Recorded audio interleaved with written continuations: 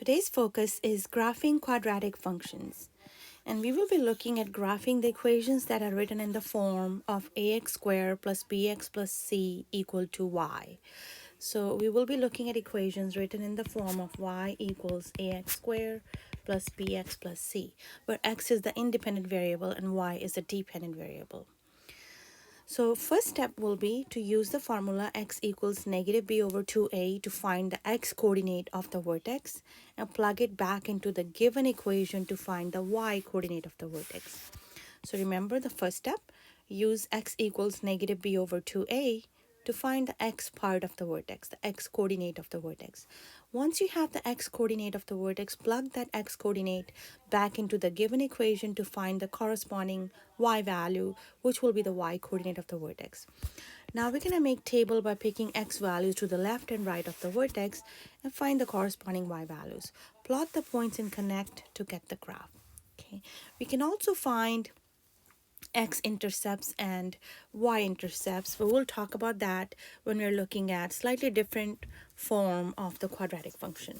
Remember, anytime your a is 0, your leading term, your first number, if it's greater than 0, sorry, it's not 0, greater than 0, then your parabola will open up. If a is less than 0, parabola will open down. Not all vertical parabolas have x-intercept, but it will definitely have a y-intercept. Okay, not all vertical parabolas that open up and down, they don't always have an x-intercept. Think about a parabola that opens up like that. Well, there's going to be no x-intercept. It's never going to touch the x-axis, and there's other possibilities like that. It will always have a y-intercept, although in the picture it doesn't look like it's got a y-intercept, but if you think about, it's going to be growing in both the directions. Eventually it's going to touch the y-axis. So these parabolas will always touch the y-axis. They may not touch the x-axis, or they may touch the x-axis only at one point, or they may touch the x-axis at two different points. So may have two x-intercepts, one x-intercept, or no x-intercept, but will always have one y-intercept, the vertical parabolas. Okay. In college algebra, you will also learn horizontal parabolas and you'll learn more about them.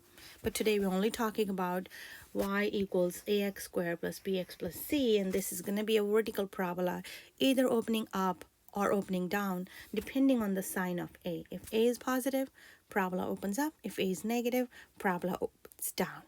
Let's look at the first example, example number 1. So we have negative 3x squared plus 12x minus 12, and we want to find out the x coordinate of the vertex first. So x coordinate of vertex. How do we find x coordinate of vertex? The formula is negative b over 2a, and that would be negative 12 over 2 times negative 3, because your a is negative 3, b is 12, c is negative 12.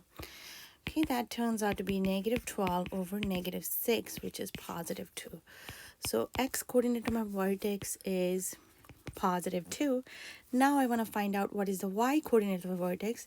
So I'm going to plug this x equals 2 into the given equation for every single x value. So plug x equals 2 in, y equals negative 3x squared plus 12x minus 12. So let's go ahead and plug x equals 2 and see what is the y value at the time. So y turns out to be negative 3, 2 squared plus 12 times 2 minus 12.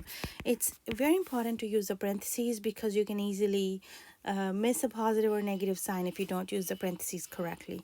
2 squared is 4 plus 24 minus 12. So that's negative 12 plus 24 plus 24 minus 12, and it looks like to me that is equal to 0. So the y coordinate of the vertex will be 0. So one thing I already know about this parabola, one, that it opens down because leading coefficient is negative. So one thing I already noticed by looking at the equation, that this parabola opens down. Second thing I noticed, that the vertex is 2 and 0. So x is 2, y is 0. This is x-axis, y-axis. X is 2, y is 0 would be this point. Now I'm going to go ahead and make a table. And I have to pick the x values around the vertex. So vertex is going to go in the middle, 2 and 0. I'm going to pick a few points to the left of the vertex and few to the right. So I can pick 3 and 4. You can spread them apart if you want to. You don't have to pick the adjacent points. And I can pick 1 and 0. So plug them into original equation and find out the corresponding y values. When x is 0, y comes out to be, x is 0, y would be negative 12. When x is 1, y would be negative 3 plus 12 minus 12, which is negative 3. When x is 3, so if I plug a 3 in, and you will notice the symmetry over here, and you will notice the pattern. Whatever the y value you got for 1, x equals 1, you're going to have the same y value for x equals 3. Whatever y value you got for x equals 0, you'll have the same y value for x equals 4, okay? So let's plot these points now. X is 1, y is negative 3, 1, 2, 3. And x is 0, y is negative 12. So 1, 2, 3, 4, 5, 6, 7, 8, 9, 10, 11, 12. So I'm just going to make these up by estimate. Okay, so plot these points. And that's where it's going to touch the y-axis. And that's how my parabola looks like. Okay. What is the domain of this parabola? It's important to think about it. The domain and range and x and y intercept. So let's talk about the domain first. What is the domain of this parabola? Domain is all the x value it takes. Well, it only takes the x values 0 and above. It does take x equals 0. Actually, it would go this way too, right? So it's going to take all the x values. As it keeps going down further, it's going to take all the x values. How about the range? Range is the y values. Well, for the y values, it remains in the negative, and it would not go beyond 0 for y values. It's not going into positive y's. Okay, no points on your parabola will have positive y values as their coordinates. Okay, so domain and range we're done with, and next we're going to be talking about axis of symmetry. What is the axis of symmetry? That's very, very important to realize.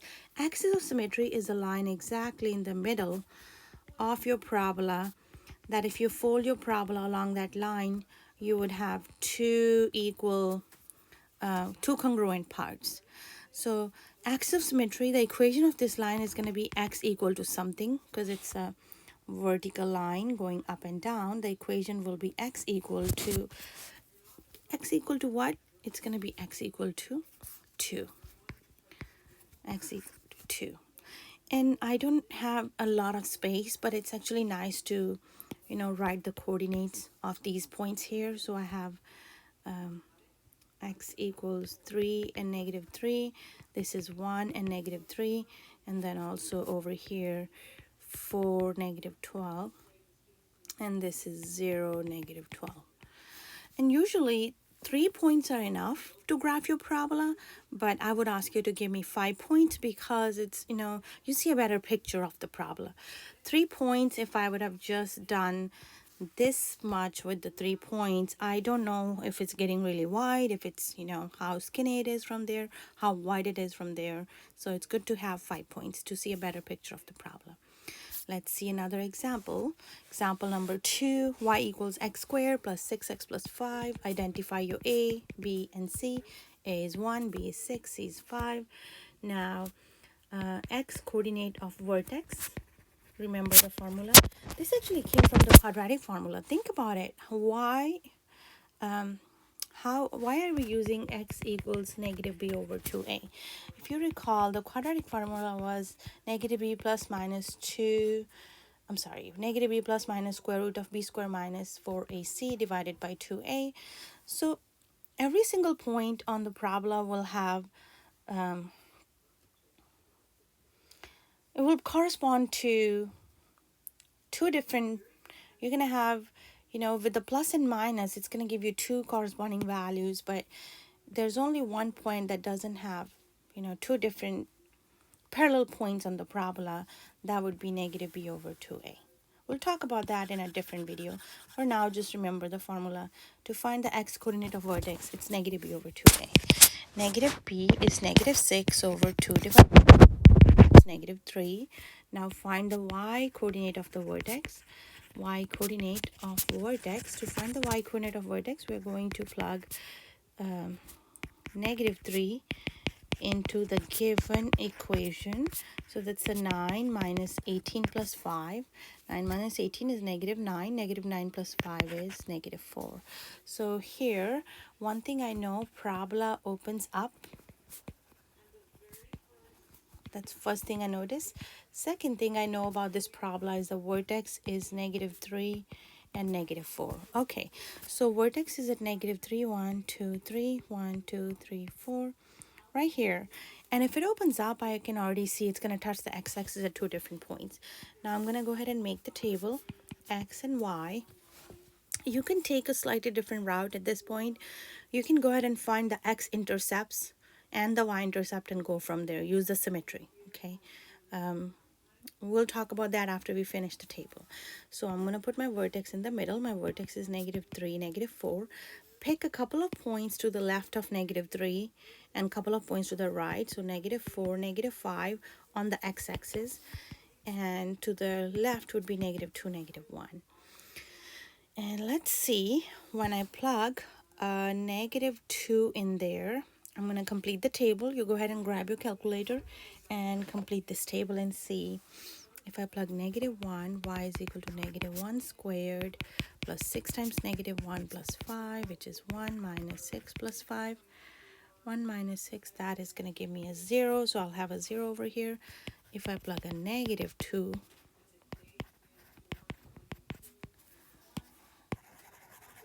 negative 2 squared plus 6 times negative 2 plus 5. So that's a 4 minus 12 plus 5.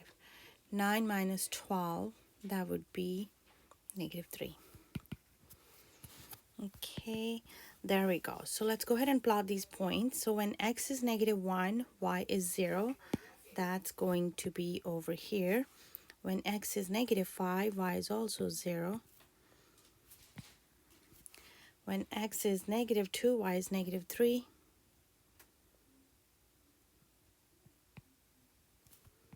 Right there. And it might be helpful to find the y-intercept as well. Where is it going to touch the y-axis? We haven't talked about y-intercept yet, but you can just plug x as 0 to find the y-intercept. In your original equation, if you plug x as 0, the y is going to be 5. 1, 2, 3, 4, 5. That means the graph is going to touch the y-axis at 5. So using symmetry, I get another point, and there's my parabola.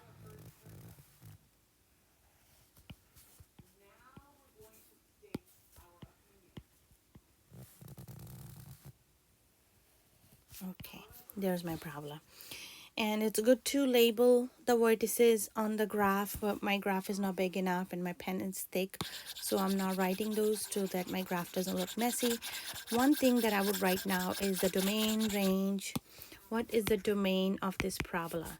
Domain is all the x values it's going to take. Well, it looks like it's going to take all the x values from negative infinity to positive infinity because it's growing forever in both directions. Now, next thing we'll talk about is the range. Range is the y values. Looks like it only takes the y values above negative 4. So negative 4 to positive infinity. These are the only values it takes. And I put bracket around negative 4 because negative 4 is one of the values this parabola will take. Next, we'll talk about axis of symmetry. Axis of symmetry is always going to be x equal whatever is the x part of the vertex, okay? Because that's going to be the line through the middle. So if you draw a line in the middle of the parabola, it is going to be x equals negative 3. Okay, that's all about graphing this parabola. Let's check out this next example. Example number 3 for graphing parabola. Again, the first step is I already see that this parabola is going to open down. The second step is I'm looking for the vertex, okay? How do we find the vertex? To find the vertex, First, we need to find the x-coordinate of vertex, and there's a formula to find x-coordinate of vertex, which is negative b over 2a. So a is negative 1, b is negative 2, c is 3. X comes out to be negative b over 2 times a, which is 2 divided by negative 2 is negative 1.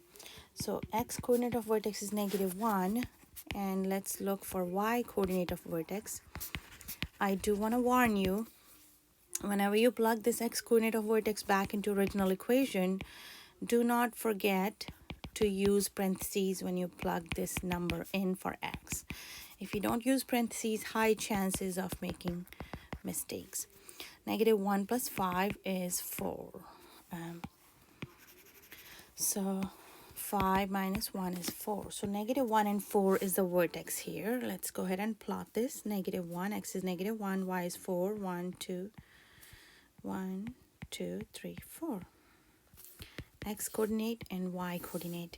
Now I know this parabola opens down, so I can already see there is going to be two x-intercepts. It's going to touch the x-axis at two different points, and I'm going to go ahead and find the other, because I want 5 total points to be able to graph the parabola. Okay, you can make a table, or you can go ahead and find x and y intercepts and then graph. You can skip making the table. So vertex is negative 1 and 4. I'm going to pick the values to the left, values to the right. If I plug a 0 in for x, y turns out to be 3. So I'm going to have a 3 and a 3. If I plug a 1 in for x, y equals negative 1 minus 2 plus 3. That's going to be a 0 and a 0. Okay, so let's go ahead and plot these points. When x is 0, y is 3. Right here, nope, that's 2. Clean up. When x is 0, y is 3. So there we are. When x is 1, y is 0. When x is negative 3, y is 0. So there's how my parabola looks like here. Okay. So that's my parabola going down, and again label the axes, but I'm kind of limited on the space, so I'm not gonna do that on the graph to keep it neat and legible for you all. Okay, now we're gonna look at domain, range, and the axis of symmetry. Domain, what's the domain over here? Domain would be the x values. The x values it takes are gonna be all real numbers. Every vertical parabola actually takes all real numbers for the x values. Okay, so every vertical parabola takes all real numbers for the x values. How about the range? The range would be the y values. So to find the y values, look at the graph carefully. Looks like graph is never going above this point, which is positive 4 for the y, and it's only going to stay below that point. So negative infinity to 4 is the range. Next we have axis of symmetry. That would be x equal to whatever line we can draw in the middle, the equation of this line. That is going to be x equal to whatever is x coordinate of the vertex. So x equals negative 1 is axis of symmetry. Okay, now I also want to discuss slightly different approach of attacking this problem, which is once you find the vertex, you can skip making the table. Once you find the vertex, you can skip making the table.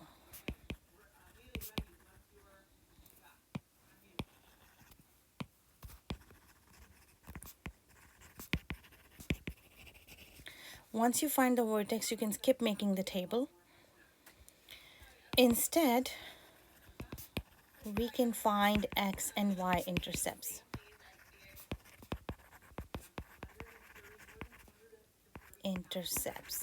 How do we find x-intercept?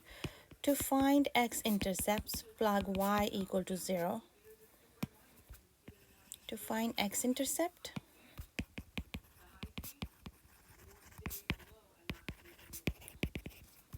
and to find y-intercept, y-intercept is the point where graph touches the y-axis.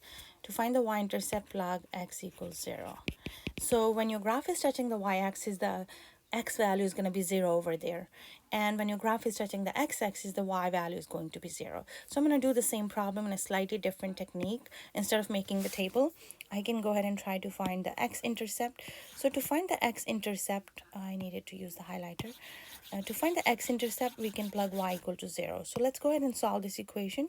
If I plug y equal to 0, negative x squared minus 2x plus 3. Go ahead and divide everything on both sides with the negative 1. X squared plus 2x minus 3. Go ahead and factor x plus 3, x minus 1. And we get two values, negative 3 and positive 1. And these are my x-intercepts. X equals negative 3 and positive 1. So if you look at the graph, those are my x-intercepts. The next thing I could find, if I wanted to skip the table method, was the y-intercept. To find the y-intercept, I would have to go ahead and plug x equal to 0. So that would give me y equal. So this g of x is same thing as y, okay? Keep that in mind. The g of x is same thing as y. Y equal to, plug x is as 0 and I would get y equal to 3. And that's my point marked over there, and I could use this point by getting symmetry, okay? That might be slightly easier technique for us. So next example, one last one. We're going to look at graphing parabolas. One last example. Okay. Y equals, so first of all, I'm going to find the x-intercept. And I already know that this parabola opens up. X equals negative b over 2a, negative 12 over 2 times 2, because it is 2, b is negative 12, c is 16. Comes out to be 12 over 4, which is 3. So for the vertex, x coordinate is 3. Now we need the y coordinate. I shouldn't say x-intercept here. That's not correct. This is x coordinate of vertex. Okay, I apologize for that. X coordinate of vertex.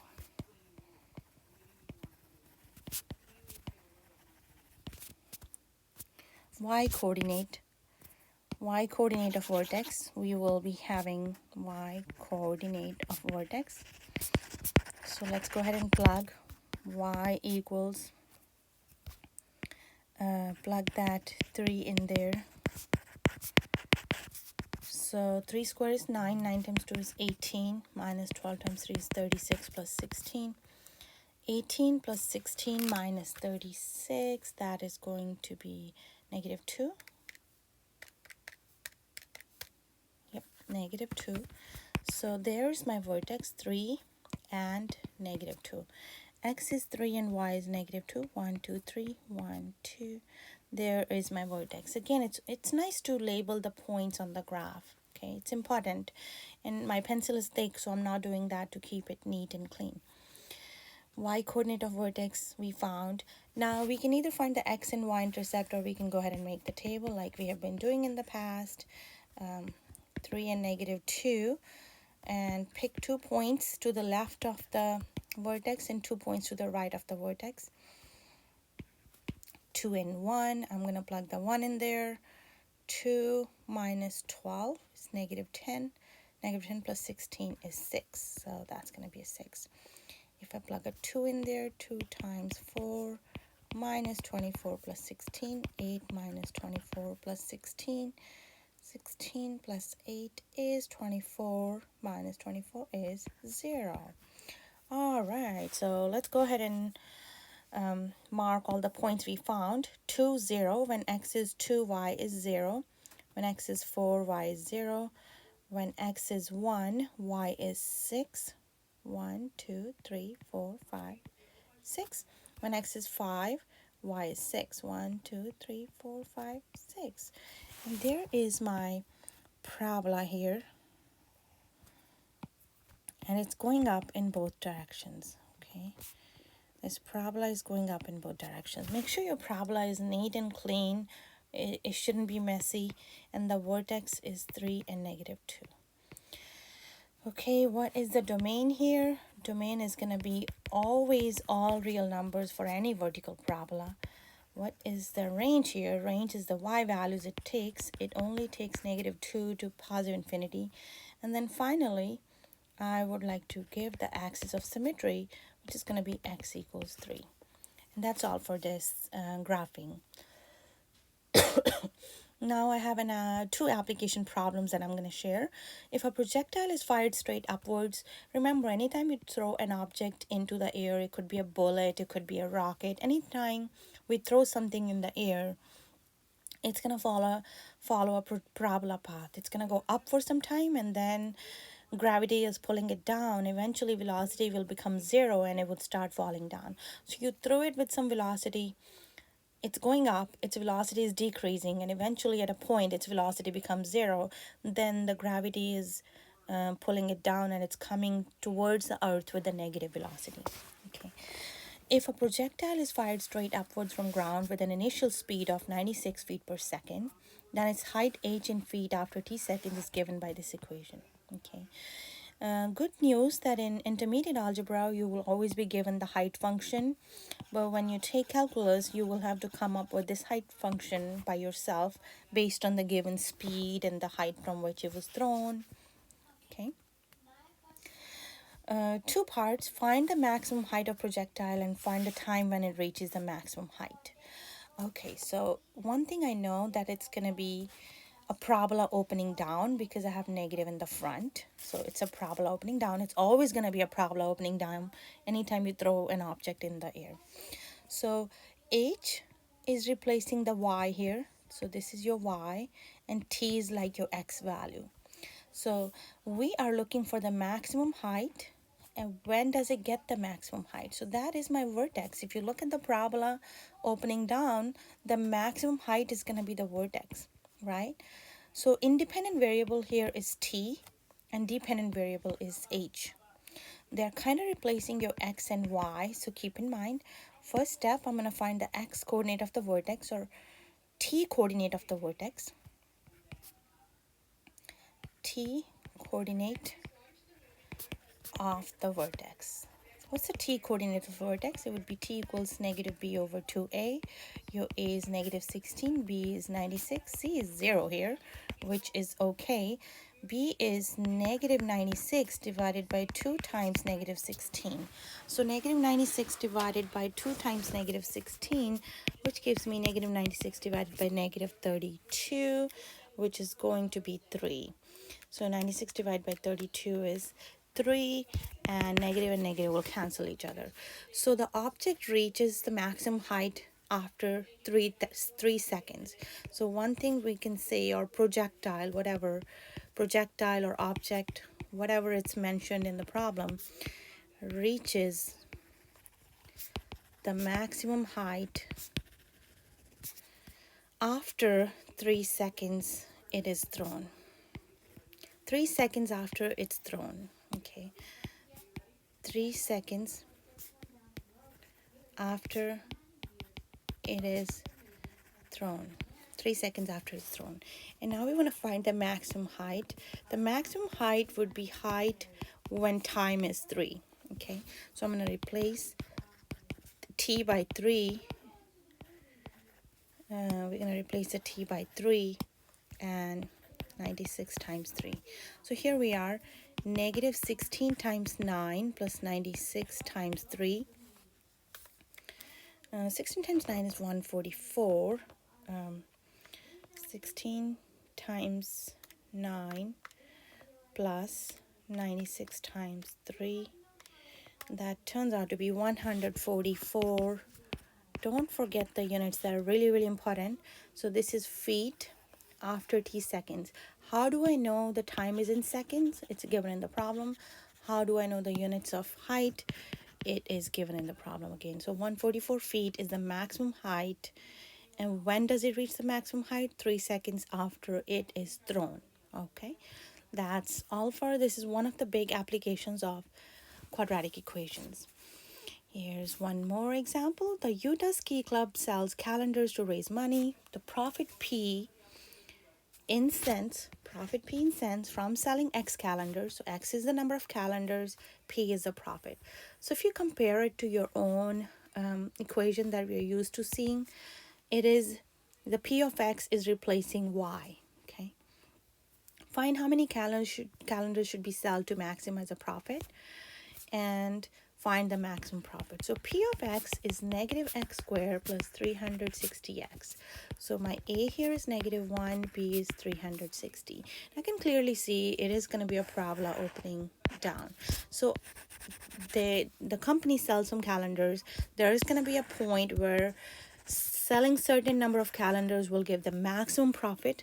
Selling more calendars than that will actually bring their profit down. Okay, selling less calendars than that is also not enough profit, but there is going to be a particular point where they make the maximum profit. We're looking for that many number of calendars. Okay, so A is negative 1, B is 360. Let's go ahead and find the x coordinate of the vertex. So x is equal to, and what's going to be the x here? X is number of calendars. P is profit. Okay, so x is negative b over 2a, which is negative 360 divided by 2 times negative 1. 360 divided by 2 is 180. So selling 180 calendars will give maximum profit. Selling 180 calendars will give maximum profit. What is the maximum profit? What is going to be that profit? What is going to be the maximum profit? Well, we can find the maximum profit by finding out how much is a profit when x is 360. I'm sorry, x is 180. 360 times 180 minus 180 squared. And that part, I'm just going to do it using the calculator. 360 times 180 minus 180 squared, and that is equal to 32400, $32,400. That's going to be the maximum profit. Right, that's all in this video. We looked at graphing y equals ax squared plus bx plus c equal to 0, and then we look at a couple of applications.